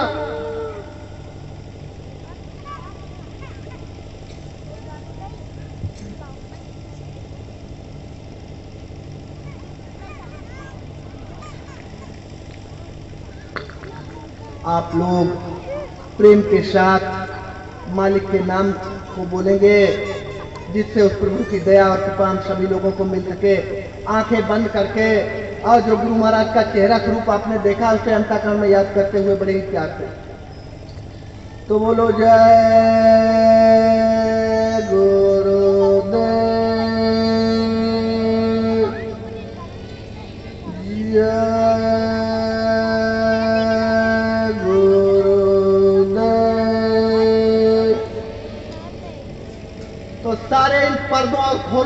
पार करके जीवात्मा जब पहले धाम निरंजन भगवान जो सबके मालिक हैं, जो मृत लोक के मालिक, जो स्वर्ग के मालिक, जो जन्नत के मालिक, जो वैकुंठ के मालिक, जो ब्रह्मा के मालिक, जो विष्णु के मालिक, जो राम के मालिक, कृष्ण के मालिक और माया के मालिक, ये नीचे की जितनी रचना है जो सबके मालिक हैं, वहां पर जब ये जीवात्मा पहुंची तो गोस्वामी जी महाराज कह रहे हैं कि मोहि बिलो की राम मुस्काही। वो राम निरंजन भगवान जो है देखकर मुस्काने लगे कि तुम इधर कैसे आ गए। इतना कठिन पहरा होने के बाद, इतना कठिन पहरा है तुमको रोकने के लिए, इतने बड़े जाल में तुम फंसे पड़े हो, तुम्हारे इधर आने के लिए इतनी जेल खाने, इतनी कैद, इतने तालों में बंद हो, तुम इधर कैसे आ गए।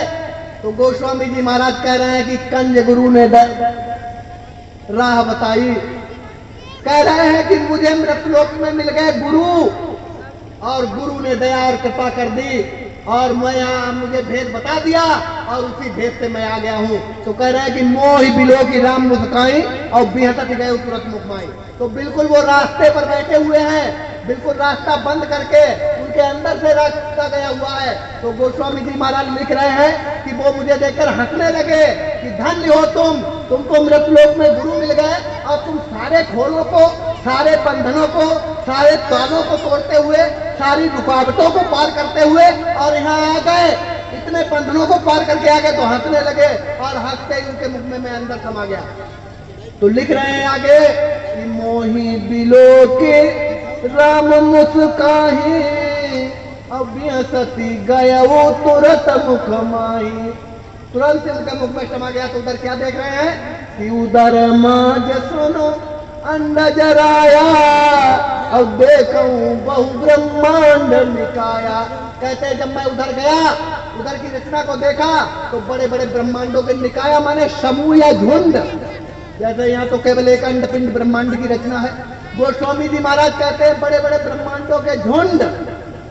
और क्या लिख रहे हैं कि कोटिन चतुरानन गौरी सा अवगणित सूर्य चंद्र रजनी सा। कहते हैं जब मेरी जीवात्मा उधर गई तो यहाँ एक ब्रह्मा विष्णु शंकर की बात करते हैं आप। मैंने उधर करोड़ों ब्रह्मा देखे, करोड़ों विष्णु देखे, करोड़ों शंकर देखे, कोटिन चतुरानन गौरी सा और अवगणित सूर्य चंद्र रजनी सा। करोड़ों सूरज, यहाँ तो केवल एक सूरज है, यही सूरज दिल्ली को रोशनी देता है, यही पंजाब को देता है, यही हरियाणा को, यही अमेरिका को, यही लंदन को, यही जापान को, यही हर जगह पूरे विश्व में रोशनी देता है। गोस्वामी जी महाराज कहते हैं सूरज जैसे करोड़ों सूरज और वो खूबसूरत चांद सितारे। ऐसी दुनिया की सैर करने के लिए जीवात्मा को निकालो। जब पहुंची उधर दुनिया जीवात्मा तो क्या देख रही है कि कोटि में चतुरानन गौरी सा और अगर सूर्य चंद्र रजनी सा, कोटिन लोक पाल जमकारा और कोटिन भूधर भूमि विशाला। कह रहे हैं बड़े बड़े सुंदर नदियां, यहाँ तो ये गंगा यमुना जो बह रही है ये तो नकल है, ये कुछ भी नहीं। बड़ी बड़ी सुंदर गंगा यमुना कावेरी और बड़ी बड़ी भयानक नदियां जिनमें जो है इतना निर्मल पवित्र जल कि उनका जो है करोड़ों जोजन नीचे तक पानी जो है और साफ झम झम झम झम झम झम निर्मल दिखाई दे रहा है। और बड़े बड़े सुंदर मेरू समेरू पहाड़, बड़े बड़े सुंदर पशु पक्षी, बड़े बड़े सुंदर मैदान और ऐसा सब कुछ देखने को मिला। गोस्वामी जी महाराज लिख रहे हैं कि अति विचित्रता लोकाने का और रचना मिटे कते का। कह रहे हैं अति विचित्रता लोकने का। यहाँ तो केवल एक मृत लोक की रचना है, केवल एक लोक मृत लोक, लेकिन मृत लोक जैसे कह रहे हैं अनेकों लोग। उधर मैं जब पहुंचा सैर करने के लिए मेरी जीवात्मा, ये शरीर तो देखो यहीं पर है, अष्टावक्र का शरीर वहीं पर है, गोस्वामी जी महाराज का शरीर इसी मृत लोक में, लेकिन जीवात्मा जो है सैर कर रही है, उधर का सैर कर रही है, ये सब कुछ देख रही है। पहले स्थान पर जब पहुंची वहां का नजारा देखा, वहां की जब खूबसूरती देखी तो इतने खूबसूरत, इतना अच्छा नजारा, ये जीवात्मा तो वहीं पर रुक जाए। लेकिन गुरु साथ में होते हैं, कहते हैं और आगे से शब्द आ रहा है, और आगे जब करते हैं तो दूसरे जगह के बाजे, दूसरे जगह की धुनी, क्योंकि जो जो स्थान है जीवात्मा जहां जहां से आई है उन स्थान पर जो धनी बैठे हैं वो अलग अलग अपनी आवाज में जो है आवाज लगा रहे हैं कि इसी आवाज को पकड़ कर चढ़ते चले आओ। तो इतनी सुंदर सुंदर सुरीली आवाज, इतने बढ़िया बढ़िया बाजे बज रहे हैं, उसी आवाज को पकड़कर जो है जब जीवात्मा दूसरे स्थान पर पहुंची तो वहां पर जो है इस मन को छोड़ दिया, क्योंकि मन जो है त्रिकुटी स्थान से लगा है जीवात्मा के ऊपर। मन को भी छोड़ दिया, बुद्धि को भी छोड़ दिया, चित्त को भी छोड़ दिया, अहंकार को भी छोड़ दिया। इनको छोड़कर और जब और हल्की हो गई जीवात्मा, क्योंकि यहाँ तो केवल ये शरीर छोड़ा, इससे आगे गई स्वर्ग लोक में तो 17 तत्वों का खोल छोड़ दिया, उससे आगे और गई तमाम माया के लोक में तो जो जो कपड़े खोल जीवात्मा के ऊपर पहनाए थे वो सब छूट गए। और वहां का जब हाल देखा दूसरे स्थान का तो सब कुछ लाल लाल, वहां पर सब लाल, जमीन भी लाल, आसमान भी लाल, और वहां के पुरुष भी लाल, और वहां से जो आवाज बाजे बज रहे हैं सब बड़े सुंदर मनमोहक, और वहां का सब कुछ लाल ही लाल, इतना सुंदर मनमोहक रूप कि जीवात्मा वहीं पर रुक जाए। वहां को देखकर महात्माओं ने लिखा है कि लाली मेरे लाल की जित देखूं तित लाल, लाली देखन मैं गई मैं भी हो गई ला। वहां का जब हाल देखा तो जीवात्मा तो वहीं पर रुक जाए, जीवात्मा तो पल पल पर अटक जाए, लेकिन गुरु साथ में होते कहते और आगे चलो। और आगे जब जीवात्मा तीसरे शब्द को पकड़ती है, तीसरी जगह के जो बाजे बज रहे हैं, जो आवाज आ रही है, उन आवाजों को जीवात्मा ने पकड़ा और वहां से निकलकर जब तीसरे स्थान पर पहुंची और तीसरे स्थान से जो है सारे खोलों को उतारकर चौथे स्थान पर पहुंची और चौथे स्थान का दर्शन किया, वहां की आवाज सुनी और चौथे स्थान से आगे जब पहुंची है तो क्या देखती है? मानसरोवर ताल, बहुत बड़ा मानसरोवर ताल जो अमृत से भरा हुआ है। और उस मानसरोवर ताल में जब जीवात्मा ने स्नान किया, सारे खोलों को उतार चुकी थी। देखो मृतलोक में ये शरीर उतार कर, शरीर वाला खोल 5 तत्वों का खोल उतार कर गई थी, स्वर्ग वैकुंठ में 17 तत्वों का खोल उतार दिया, फिर जो है 9 तत्वों का खोल उतार दिया और फिर 4 तत्वों का 5 तत्वों का खोल उतार दिया। सारे खोलों को उतारकर जब मानसरोवर में जीवात्मा ने स्नान किया तो अपने असली रूप को जब देखा तो जीवात्मा ने उस हंस स्वरूप को कि अरे मैं तो खुदा का अंश, मैं तो ईश्वर का अंश और मैं यहाँ की रहने वाली, जब वहां से देखा अपने ऊपर देश सतलोक को, वहां से खरबों योजन की दूरी पर अपना देश सतलोक, जब जीवात्मा को साफ दिखाई देने लगा तो स्नान करने के बाद जीवात्मा में वो पावर और शक्ति हो गई कि विहंगम चाल से भगी अपने देश को पाने के लिए। विहंगम का मतलब गुरु महाराज ने बताया पलक झपकते ही अरबों खरबों योजन की स्पीड, 1 योजन 4 कोस गुरु महाराज ने बताया, और पलक झपकते ही यहाँ तो आप कुछ नहीं कर सकते हो। लेकिन गुरु महाराज ने बताया जब जीवात्मा जो है स्नान कर लेती है मानसरोवर ताल में और शुद्ध पवित्र और साफ हो जाती है तो वहां से जब निकलती है सतलोक को पहुंचने के लिए तो इतना आतुर, इतना जो है भावुक हो जाती है कि अरबों खरबों योजन एक पल में तय करती है।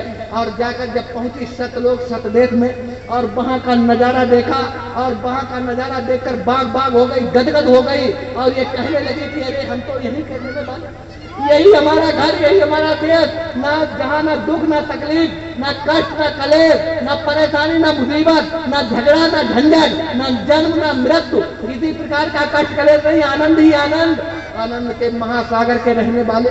और कितने युग कितने कल्प बीत गए, यहाँ से निकलकर जब से गए हैं उस कूड़े कचरे के मृतलोक देश में, काल भगवान ने हमको फंसा लिया, तब से जो है वहीं पर भरम रहे, भटक रहे हैं, हमारी कोई मदद करने वाला नहीं, हमारी कोई सुनने वाला नहीं, और हम इस भवसागर में जो है भ्रमण कर रहे हैं।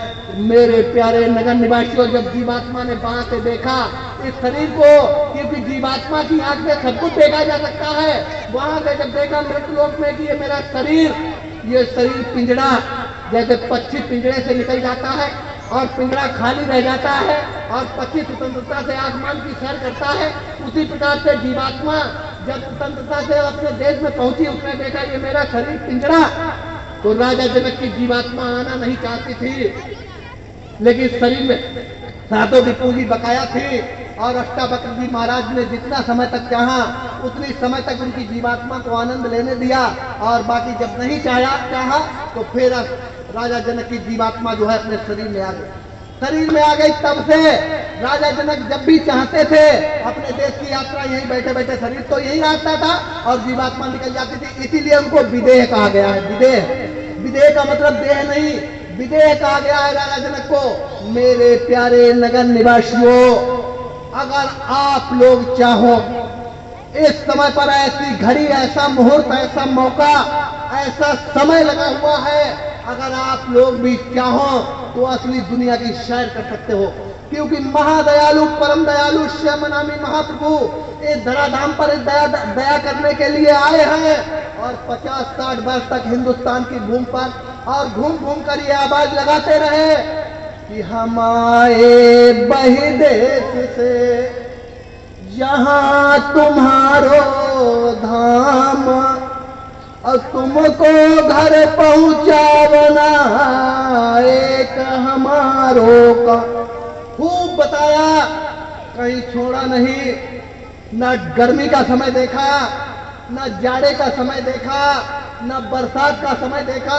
शरीर से इतने कष्ट थे, बीमार भी हो जाते थे, लेकिन फिर भी जो लोग गुफाओं में रह रहे हैं वहां भी गए, जो लोग जंगलों में आदिवासी रह रहे हैं वहां भी गए, जंगलों, पहाड़ों, गुफाओं, कंदराओं, कोई भी जगह छोड़ी नहीं स्वामी जी महाराज ने। और जितनी भी संपूर्ण मानव जाति है हिंदुस्तान के अंदर, सबको जा जाकर ये संदेश बताया और सुनाया कि तुम यहाँ पर आकर बहुत बुरे फंस गए हो, फंसे तुम गाढ़े बंधमान, और यहाँ से निकल चलो।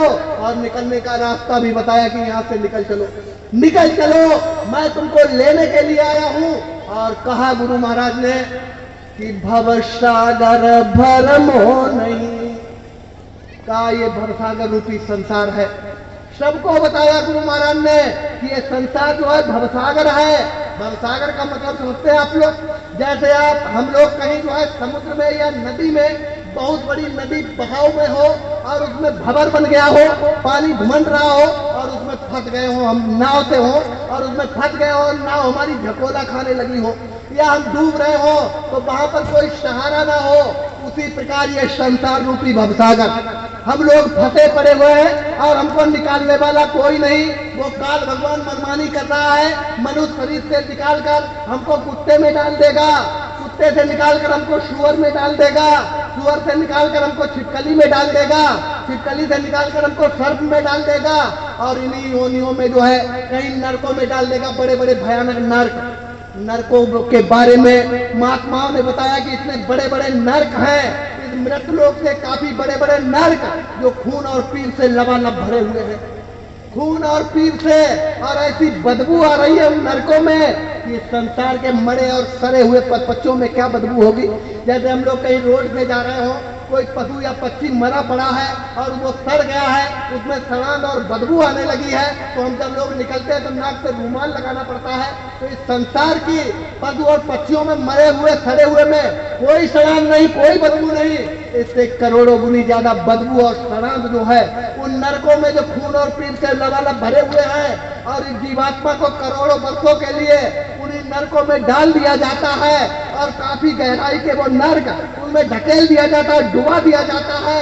और जब जीवात्मा ऊपर निकलने के लिए आती है तो बड़े बड़े यमदूत सिपाही खड़े हैं, बल्लभ भाला लिए इसको उन्हीं नरकों में बेचते हैं, छेदते हैं, असहनीय पीड़ा देते हैं। बड़े ही दुख और दर्द में मेरे प्यारे नगर निवासियों बहुत बुरे फंसे हुए हैं हम, और इससे फंसने कर निकलने के लिए एक रास्ता मिल गया है आज हम लोगों को।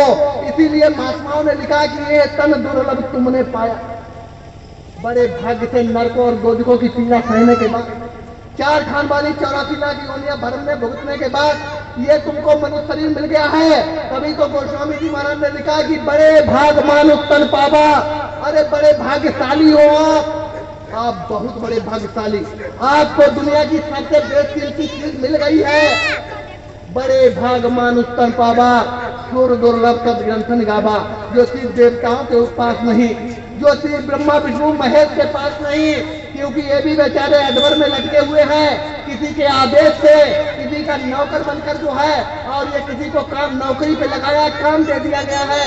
ब्रह्मा को काम दे दिया गया है उत्पत्ति करो, विष्णु को काम दे दिया गया है पालन पोषण करो, और शंकर को काम दे दिया गया है श्रृंगार करो। ये भी किसी के नौकर बनकर बेचारे अधबर में लटके हुए नौकरी कर रहे हैं। ये भी तुम्हारे जैसे तन को पाने के लिए तरसते हैं, और हमको आपको ये तन आज मिला है, हमारे आपके पास में, हमारे आपके हाथ में है, जिसे हम लोग खाने में, पीने में, सोने में, जागने में, दौलत और शोहरत को कमाने में, दुनियादारी के कामों में इसे गवाए और खपाए दे रहे हैं। ऐसी स्थिति में स्वयं अनादि महाप्रभु इस धराधाम पर आए और उन्होंने आवाज लगाई कि हम आए वही देश से जहां तुम्हारो धाम, और तुमको घर पहुंचाना एक हमारा काम। वो आ गए हैं और आवाज लगाई कि भल चाहो भवसागर भरमो नहीं, और ये है परताप हमारा। गुरु महाराज ने कहा तुम मेरे बल पर उसका भरोसा करो, तुम मुझ पर विश्वास करो, मेरी ताकत और शक्ति पर भरोसा करो। तुमको भवसागर में मैं भ्रमण नहीं करने दूंगा, इस भवसागर से निकाल ले जाऊंगा। केवल तुम भरोसा कर लो, विश्वास कर लो। भवसागर भरमो नहीं, और ये है परताप हमारा।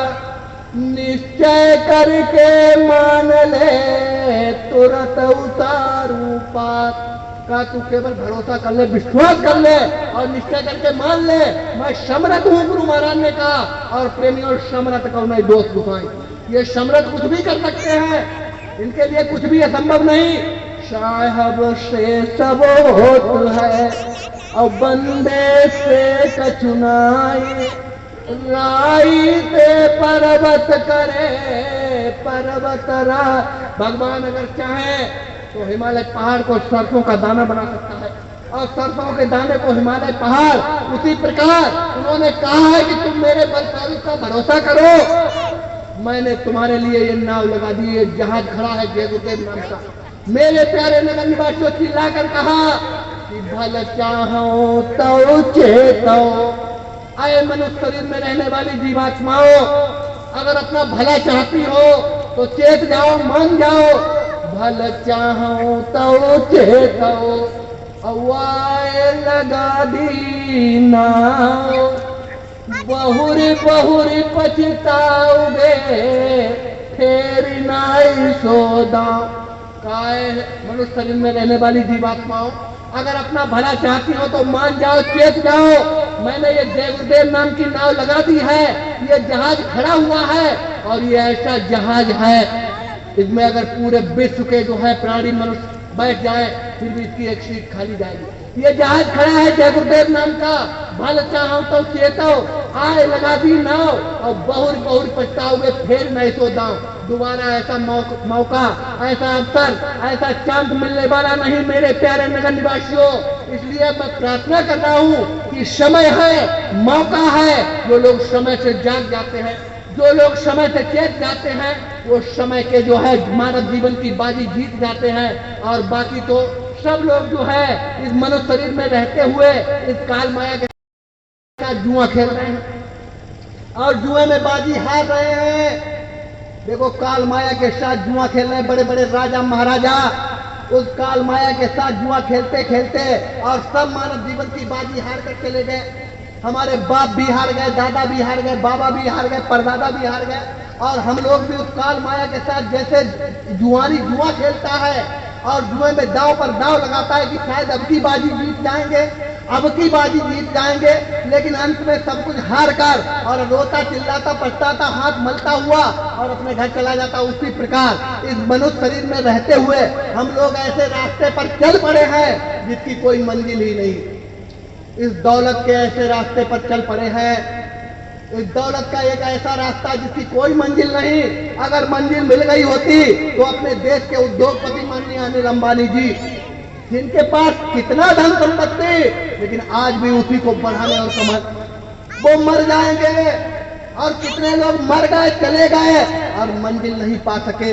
तो मेरे प्यारे ग्राम नगर निवासियों, कबीरदास जी महाराज लिख रहे हैं कि कबीरा सो धन संचिए और जो आगे तो होए, बांध के गठरी शीश पे जाति न देखा। इस धन को इकट्ठा करने से क्या फायदा? ये धन आपके काम नहीं आएगा।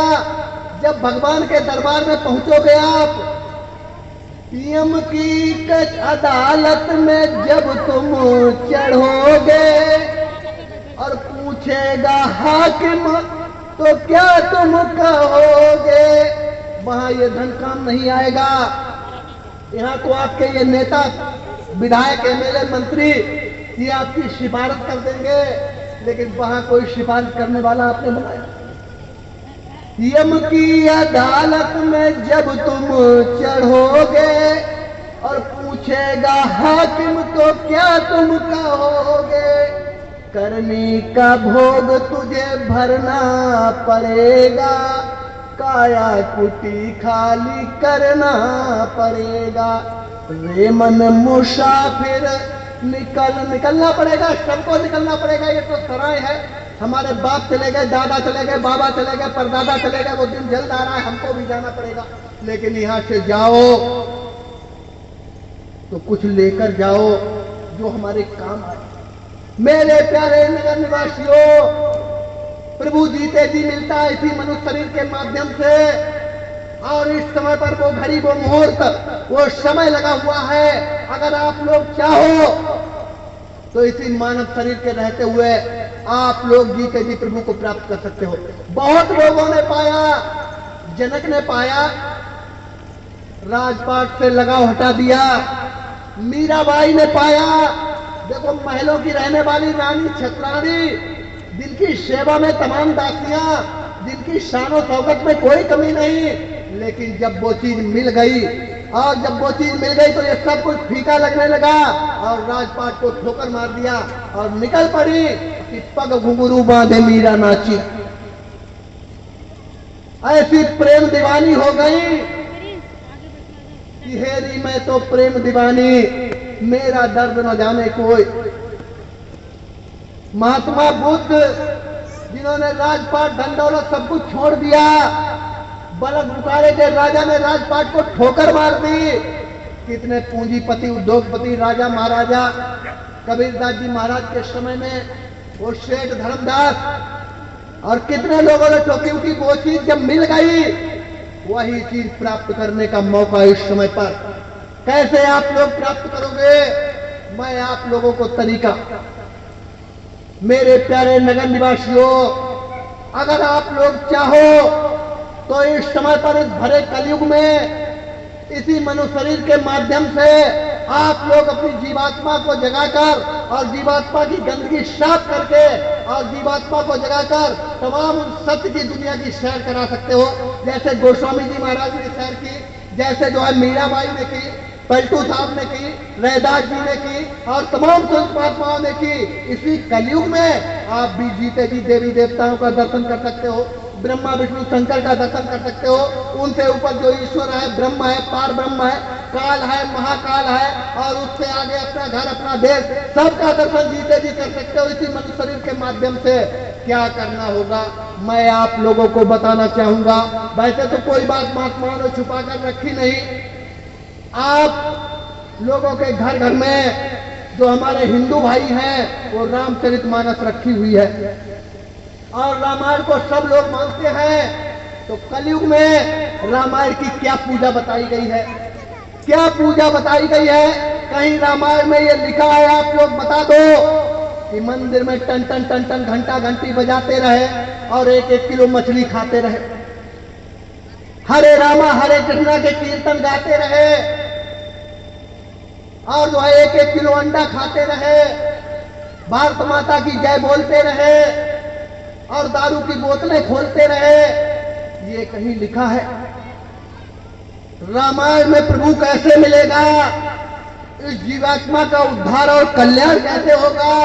देखो गोस्वामी जी महाराज आप लोगों के लिए लिख कर गए हैं। इस कलयुग में क्या लिखा है कि कलयुग केवल नाम धारा और सुमेरे सुमेरे नर उतर पा। कलयुग के लिए लिख गए कि कलयुग केवल, केवल का मतलब अकेला और कुछ नहीं। नहीं तो पहले थे मंदिर में पूजा करते रहना, या गंगा स्नान करते रहना, या तीर्थ व्रत करते रहना, या चारों धामों की यात्रा कर लेना, लेकिन सब निषेध कर दिया गोस्वामी जी महाराज ने। केवल एक ही बात की कि कलयुग केवल, केवल का मतलब अकेला, अकेला नाम ही, और सुमिर सुमिर नर उतर ही पारा, नाम का सुमिरन और कोई दूसरा रास्ता नहीं। कलयुग योग यज्ञ नहीं ज्ञाना, और एक आधार नाम गुण। कलयुग में ना योग करो, ना यज्ञ करो, ना जप करो, ना तप करो, ना हवन करो, ना पूजा करो, ना पाठ करो, सब निषेध कर दिया। मैं नहीं कर रहा हूं, मैं नहीं कह रहा हूं, आपकी धर्म पुस्तक रामायण बता रही है कि कलयुग योग यज्ञ नहीं ज्ञाना और एक आधार नाम गुण गाना, केवल नाम का गुण, नाम का सुमिरन। और लिखा है गोस्वामी जी महाराज ने आगे कि कलयुग सम कोई युग नहीं। लोग कहते सतयुग अच्छा है, कोई कहता त्रेता अच्छा है, कोई कहता द्वापर अच्छा है, लेकिन गोस्वामी जी महाराज रामायण में लिख रहे हैं कि जीवात्मा के उद्धार और कल्याण के लिए कलयुग से अच्छा कोई युग आया ही नहीं, कि कलयुग सम कोई युग नहीं। और जो नर कर विश्वास गाय नाम गुण विमल यश तरियाई भी नहीं प्रिया। केवल विश्वास करके नाम का सुमिरन और जीवात्मा का उद्धार कल्याण हो जाएगा, ये गोस्वामी जी महाराज लिख रहे हैं। मेरे प्यारे नगर निवासियों, अब आप लोगों को ये भी शंका होगी कि भाई नाम वो, चलो हम ये तो मान गए कि गोस्वामी जी ने नाम के बारे में लिखा है कि नाम का सुमिरन। अब वो नाम है कौन सा? ऐसे तो बहुत से नाम है संसार में, कोटि नाम संसार में। गोस्वामी जी महाराज लिख रहे हैं ऐसे तो बहुत नाम है। हिंदू का मैं राम जपू का स्वरूप कह रही माना, और वहां पर मैं दो लड़न में मरम नकाहू जाना, कहते हैं हरि के हजार नाम। प्रभु कहने को नाम ऐसे कौन था? हिंदू भाई कहते हैं वो राम नाम है, जिसका जाप करने से के लिए गोस्वामी जी ने लिखा है कलयुग केवल नाम आधारा। मुसलमान भाई कहते हैं अल्लाह नाम है, ईश्वर नाम है, लेकिन कबीरदास जी कह रहे हैं कि आपस में दो लड़न हुए मरम नकाहू जाना। असली मरम, असली भेद लोग नहीं जान पाए। मेरे प्यारे नगर निवासियों, वो कौन सा नाम है और कहाँ मिलेगा वो नाम? तो गोस्वामी जी महाराज रामायण में लिख कर गए, कोई बात छुपा के नहीं रखी। कहाँ वो नाम मिलेगा? तो लिखा है कि नाम रहा संतना दीना और बिन संतन काऊ नहीं। वो नाम जो है संतों के अधीन, संत महात्माओं के माध्यम से, और संत महात्मा जो है प्रकट रूप में इसी कलयुग में आए अभी 750 वर्षों से। कबीरदास जी महाराज से लेकर दादू दरिया, पलटू, रैदास, हरदास, धर्मदास, भीखा साहब, तमाम संत महात्मा आए इसी कलयुग में, और उन महापुरुषों ने नाम को बताया। मैं वो कौन सा नाम मैं आप लोगों को बताना चाहूंगा। मेरे प्यारे नगर निवासियों, जैसे सबसे पहले महात्मा कबीरदास जी महाराज आए, और कबीरदास जी महाराज ने जब सत्संग की गंगा बहाई तो उनकी गंगा में स्नान करने के लिए तमाम लोग पहुंचने लगे। तो कबीरदास जी महाराज ने गुप्त रास्ता नामदान, एक गुप्त रास्ता है नामदान, जो सीधा यहाँ से यहाँ पर जीवात्मा बैठी हुई है, जहां तक परमात्मा है वो बिल्कुल पक्की जीती रोड बनी हुई, वो रास्ता लोगों को बताया, ये रास्ता है। और बाकी मंदिर में पूजा करने से, मस्जिद में पूजा करने से कुछ नहीं मिलेगा। तो तमाम काशी के लोग उस समय उनसे नाराज हो गए और लड़ाई झगड़ा करने लगे।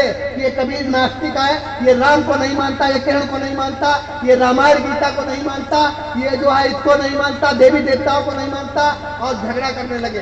तो कबीरदास जी महाराज ने सोचा कि अगर मैं झगड़े में लग गया तो मेरा काम है जीवात्माओं का उद्धार और कल्याण करना।